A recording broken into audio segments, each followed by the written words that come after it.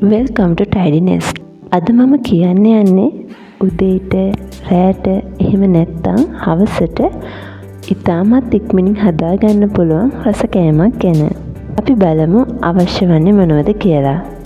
සිහින්ව කපාගත් ලුණු ගෙඩියක්,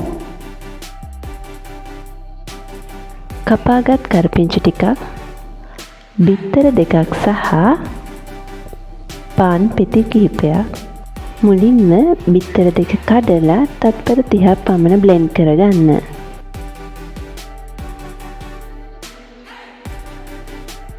ඊට පස්සේ බෝල් එකකට බ්ලෙන්ඩ් කරගත්ත බිත්තර දමා එයට කපාගත් ලුණු, කරපිංචා එකතු කරන්න.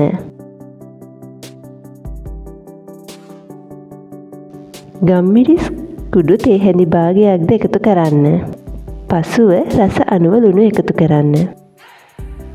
දැන් හොඳට මේ සියල්ල මික්ස් කරන්න.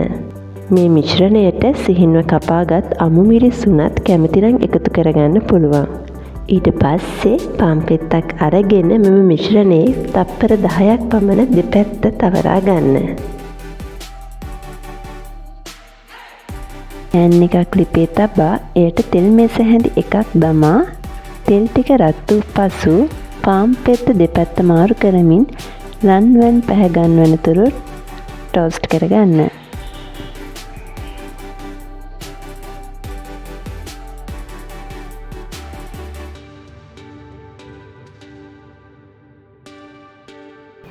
මෙය ඕනම කෙනෙක්ට කන්න පුළුවන් හරිම රස කෑමක්.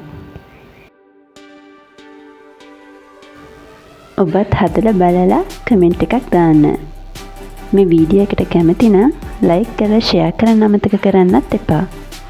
ඒ වගේම මේ වගේ ටිප්ස් දැනගන්න ටයිඩිනෙස් channel එක subscribe කරලා තියාගන්න.